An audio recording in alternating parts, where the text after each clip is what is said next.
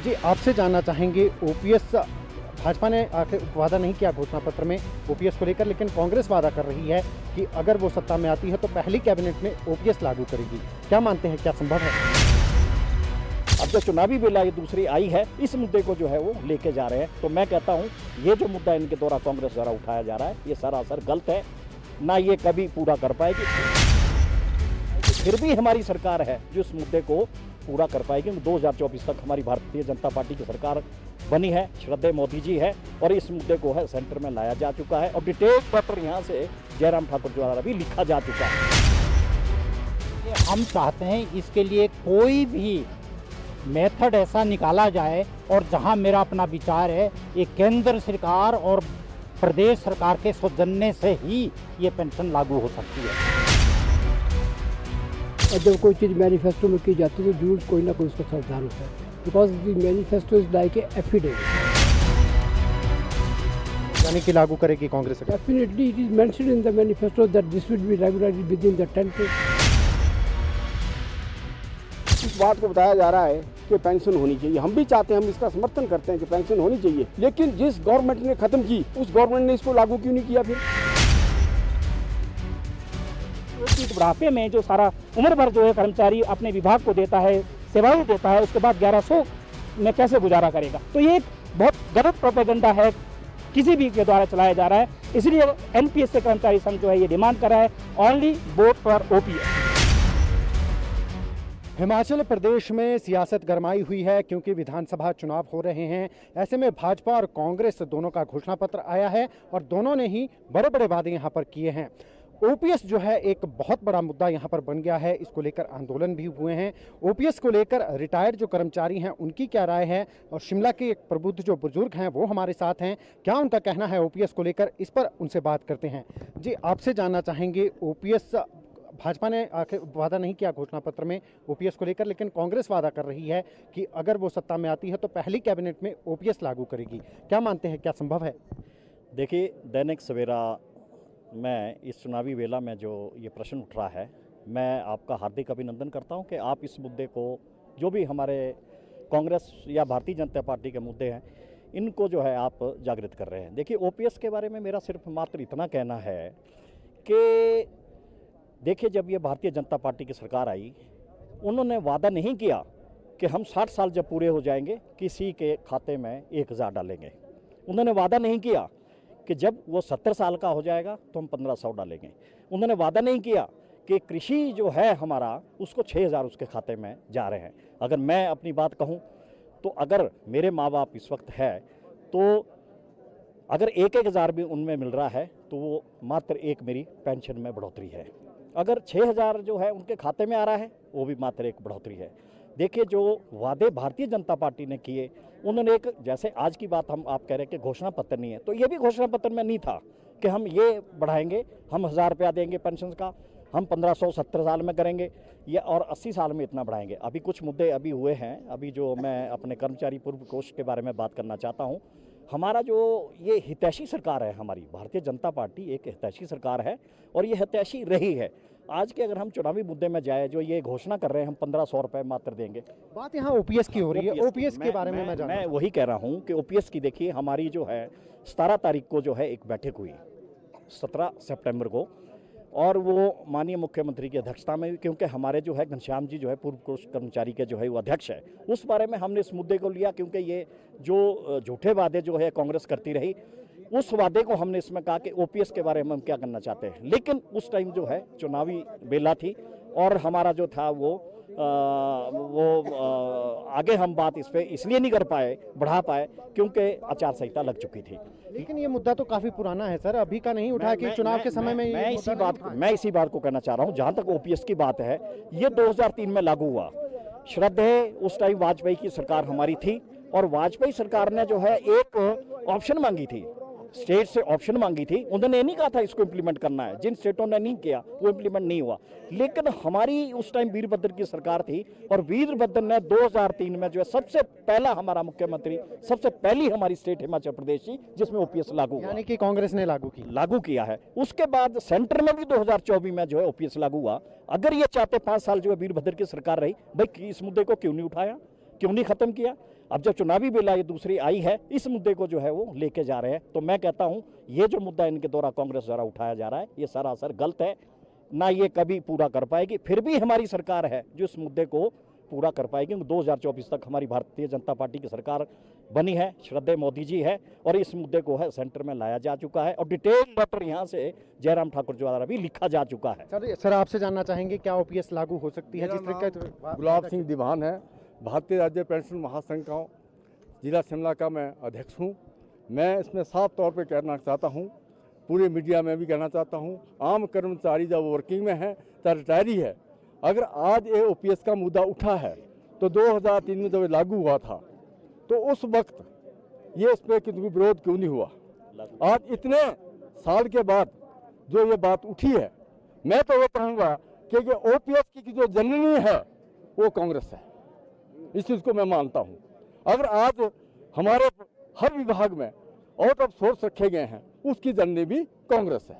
क्या संभव है कि ओपीएस लागू हो पाएगी जिस तरीके से कांग्रेस? मेरा ये कहना है अगर ओपीएस लागू होगी तो हमारे जो माननीय मुख्यमंत्री जयराम ठाकुर जी है और सेंटर में जो हमारे प्रधानमंत्री है मोदी जी के हाथों से लागू होगा। ये बाकी तो दिखावा है और झूठ का वादा है। चलिए सुभाष जी, आपसे जानना चाहेंगे, ओपीएस एक बड़ा मुद्दा बन गया है आज का जो चुनाव चल रहा है, क्या संभव है, क्योंकि फाइनेंशियली हालत ठीक नहीं है प्रदेश की, 70,000 करोड़ के कर्जे में है हिमाचल, ऐसे में कैसे ओपीएस लागू?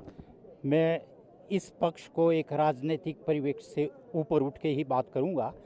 जहां तक एनपीएस से ओपीएस की बात है, बिल्कुल सही है, सबों को पेंशन मिलनी चाहिए। उसका कारण है हमारा जो कर्मचारी है, कोई लाहौल स्पीति, किन्नौर, भरमौर ट्राइबल एरिया में भी नौकरी करता है और वहाँ अगर -15 और 20 डिग्री पे भी कार्यरत रहता है, उनकी कम से कम 10 साल की लाइफ जो है पीछे चली जाती है। कई बीमारियां साथ लेके आते हैं और बुढ़ापे में आके उनको रिटायरमेंट पे अगर पेंशन ना मिले तो वो कहाँ जाएंगे। तो इसलिए हम चाहते हैं इसके लिए कोई भी मेथड ऐसा निकाला जाए, और जहां मेरा अपना विचार है ये केंद्र सरकार और प्रदेश सरकार के सौजन्य से ही ये पेंशन लागू हो सकती है। उसका रीज़न है, जिस टाइम ये पेंशन 2003 में बंद हुई थी या एनपीएस के द्वारा लागू की गई थी नई प्रणाली से, तो वहाँ बीजेपी गवर्नमेंट थी, यहाँ कांग्रेसी गवर्नमेंट थी, तो एक एमओयू साइन होता है और उस हिसाब से लागू हो गई है। तो अभी भी ये बिना केंद्र की अनुमति के लागू नहीं हो पाएगी। अगर ऐसा होता तो पंजाब में ये उन्होंने भी रखा था, अभी तक वहाँ नोटिफिकेशन नहीं हो पाई है पंजाब में। उसका रीज़न है इसमें ग्रांट भी लेनी पड़ेगी सेंट्रल गवर्नमेंट से।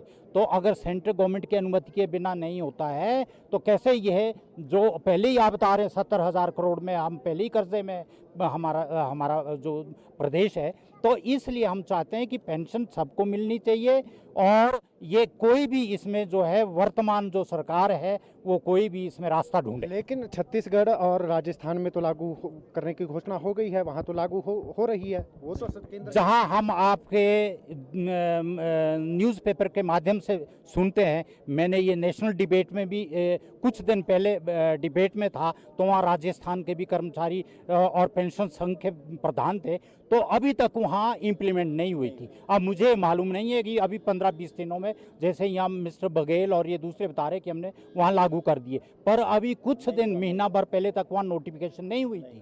तो अभी इसके बारे में हम पेपर बेस्ड ही बता सकते हैं।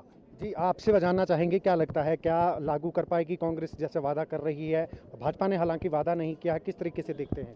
देखिए, आपको पता होना चाहिए कि ये मैनिफेस्टो है और जब कोई चीज़ मैनिफेस्टो में की जाती है तो जरूर कोई ना कोई उसका संविधान होता है। Because the manifesto is like a affidavit, it is not like that कि हाँ yes you can, once it has been committed this will be definitely regularized on the way whatever may be. तो यानी कि लागू करेगी Congress? Definitely it is mentioned in the manifesto that this will be regularized within the 10 days। चलिए, और हमारे साथ और भी यहाँ पर रिटायर्ड कर्मचारी हैं, उनसे जानते हैं क्या लगता है सर, ओपीएस लागू हो पाएगी? भाजपा ने हालांकि नहीं कहा है घोषणा पत्र में, कांग्रेस दावा कर रही है कि वो लागू करेगी। कितना बड़ा मुद्दा आज के समय में, क्योंकि चुनाव है, बहुत बड़ा एक मुद्दा ये बन चुका है, आप क्या कहना चाहेंगे? देखिए, पेंशन के बारे में जैसे हमारे सारे वक्ताओं ने कहा है कि पेंशन तो तमाम कर्मचारी को चाहिए और पेंशन होनी चाहिए।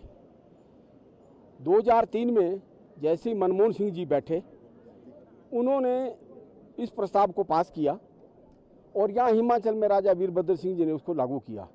जबकि हम राजा साहब को बोलते रहे कि इसको लागू मत करिए, उन्होंने कहा है सेंटर का निर्णय, तो लागू हो गया।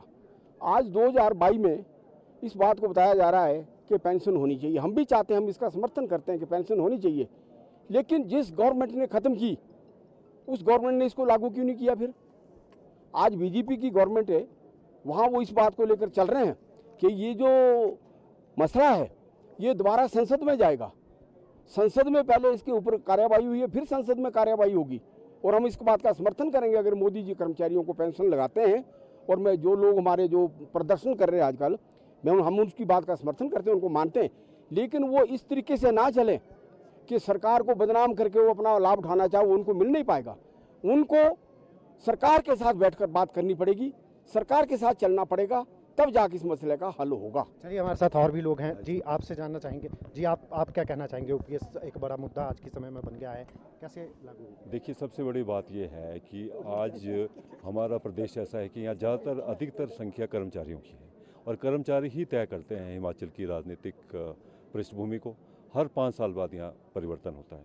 तो पहली बात मैं ये कहना चाहूँगा कि जो पेंशन है एक बहुत बड़ा मुद्दा उभर के आ रहा है और कांग्रेस ने, कल आपने सुना बघेल जी ने कहा है कि वहाँ लागू होगी है छत्तीसगढ़ में, और हमारी पहली कैबिनेट मीटिंग में जब होगी तो ये पेंशन जो है लागू की जाएगी। पहली बात ये है, और ये मैं समझता हूँ आज समाज की ज़रूरत भी है। एक ऐसी चर्चा चल रही है अभी कि भाई पेंशन शुरू नहीं होनी चाहिए, इससे जो बाकी जो बांटने की कोशिश की जा रही है भाजपा द्वारा कि जो कर्मचारी नहीं है उनको फ़ायदा नहीं होगा। हमारा कहना ये है कि जो ये पेंशन है ये पहले भी थी, जो 2003 में बंद हुई है उससे पहले भी पेंशन थी, तब भी तो सरकार जो है इस खर्चे का वहन करती थी। तो मैं समझता हूँ कि आम जनता पे इसका कोई खर्चा नहीं पड़ेगा, बल्कि जो परिवार हैं वो सब ठीक रहेंगे। और बुढ़ापे में जो एक आदमी 60 साल के बाद जो एक व्यक्ति है कुछ नहीं कर सकता है, तो मैं समझता हूँ कि पेंशन एक बहुत बड़ा मुद्दा है और इसी पे कांग्रेस के पक्ष में एक लहर चल रही है। जी, आप से जानना चाहेंगे? परिचय दूंगा। मैं डॉक्टर बलदेव सिंह नेगी हूँ और प्रदेश विश्वविद्यालय में बतौर शिक्षक कार्यरत हूँ और हिमाचल प्रदेश जो न्यू पेंशन कर्मचारी संघ है उसका मैं जो एक लिटरेचर कमेटी उसका हेड हूँ।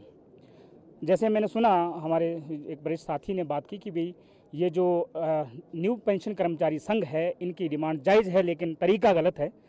हमने पिछले 2015 से हमारा जो कर्मचारी संघ है जो न्यू पेंशन स्कीम के अंदर कार्यरत है और जो पुरानी पेंशन के लिए फाइट कर रहा है, बड़े लोकतांत्रिक तरीके से अपने इस मूवमेंट को उन्होंने आज इस मुकाम तक पहुंचाया है कि आज सभी पार्टियों के लिए एक मेन मुद्दा हो गया है। और जैसे हमारे साथी ने बता दिया कि ये कर्मचारी जो है हिमाचल प्रदेश में बहुत एक मायने रखते हैं जब हम राजनीति की बात करते हैं। और एक बड़ा गलत प्रोपेगेंडा जो है विभिन्न सरकारों के द्वारा चलाया जा रहा है कि भी ये इससे वित्तीय बोझ होगा। तो मैं आपको सिर्फ 2-3 आंकड़े, हमारे आंकड़े NPSA के आंकड़े नहीं है, ये सरकार के अपने आंकड़े हैं जो विधानसभा के पटल पर रखे गए हैं और जो सूचना के अधिकार के तहत लिए गए हैं। एक आंकड़ा ये बताता है कि जुलाई 2022 का पहले सप्ताह तक जो शुरू से लेकर अभी तक 6,600 करोड़ रुपए का जो पैसा है सरकार ने वो NSDL को जमा कराया है। ठीक है, अब जब सरकार से पूछा गया कि अगर ये माना जाए कि अगर आज हमने जो है न्यू पेंशन को मतलब ख़त्म करके पुरानी पेंशन को बहाल करना हो तो क्या वित्तीय बोझ कितना पड़ेगा, तो उन्होंने कहा 2,000 रुपया। एक वन टाइम सेटलमेंट के लिए 2,000 की ज़रूरत है और साल दर साल के लिए 500 करोड़ की ज़रूरत है। लेकिन और जो एक सूचना के अधिकार के तहत सरकार से ही आंकड़ा लिया गया, आज के डेट में 1162 करोड़ रुपए सरकार जो है NSDL के खाते में जमा करा रही है सरकारी खजाने से। तो मुझे बताइए कि अगर सरकार ने पुरानी पेंशन बहाल करनी होती तो 500 करोड़ का वित्तीय बोझ जो यही खुद ही बोल रहे हैं, लेकिन उसके एवज में आप 1162 करोड़ रुपया जो प्राइवेट खजाना जो आपके कंपनीज हैं जो NSDL है उनको जमा कराया जा रहा है। तो वो जो 500 और 1162 करोड़ में बहुत अंतर होता है, एक छोटा सा व्यक्ति भी उसको जो समझ सकता है। तो ये एक सरकार अगर चाहे तो लागू हो सकती है। अब ये हाथों हाथ जो है दूसरी पार्टियों ने हाथों हाथ ये मुद्दा लिया है, तो हमारे कर्मचारी जो है आशावान है और कर्मचारियों ने जो एक मुहिम चलाई है कि वोट फॉर OPS, ये जो है इसकी खामियां पहले लोगों ने बताया कि भाई पहले क्यों नहीं शुरू किया। तो जब 2003 में ये लागू हुआ संसद में, 2006 में जो इसको अडॉप्ट किया गया लेकिन वो रिट्रोस्पेक्टिवली किया गया जो गलत था। अब जो है उस वक्त लोगों को लगा कि वाकई ये जो न्यू पेंशन स्कीम है ये फायदेमंद है, लेकिन जो है जब उनको पता चला, जब 2015 के बाद जो लोग रिटायर होने शुरू हो गए, तब लगा पता कि एक आदमी जो है 50,000 60,000 तनख्वाह ले रहा है, उसको जो है 1100-1200 रुपये जो है पेंशन लग रही है। और जो पुरानी पेंशन के अंदर था कि लास्ट जो आपका सैलरी होती है उसका 50% जो आपको बतौर पेंशन लगती थी। और ये बताइए कि बुढ़ापे में जो सारा उम्र भर जो है कर्मचारी अपने विभाग को देता है, सेवाएं देता है, उसके बाद 1100 में कैसे गुजारा करेगा। तो ये एक बहुत गलत प्रोपेगेंडा है, किसी भी के द्वारा चलाया जा रहा है। इसलिए एनपीएस कर्मचारी संघ जो है ये डिमांड कर रहा है ओनली वोट फॉर ओपीएस। तो ये हमारे साथ शिमला के कुछ लोग थे जिनसे हमने बात की। ओपीएस क्योंकि हिमाचल प्रदेश में अभी बहुत बड़ा मुद्दा बन गया है। कांग्रेस ने पहले ही कह दिया है कि पहली कैबिनेट मीटिंग में जो है ये लागू किया जाएगा। भाजपा कह रही है कि इसके लिए समिति जो है वो ज़रूर बनाई गई है, लेकिन ओपीएस का वायदा नहीं किया है। अब 12 तारीख को किसके पक्ष में मतदान होता है, ओपीएस के लिए वोट होती है या फिर भारतीय जनता पार्टी जिस तरीके से कह रही है कि इसके लिए इसको लागू करना है तो यहाँ पर भी भाजपा की सरकार चाहिए और केंद्र में भी भाजपा की सरकार चाहिए, तभी ये संभव हो पाएगा। तो अब देखना है कि हिमाचल का कर्मचारी किसके पक्ष में यहाँ पर मतदान करता है। कैमरामैन अनिल के साथ दैनिक सवेरा टीवी के लिए शिमला से गजेंद्र शर्मा।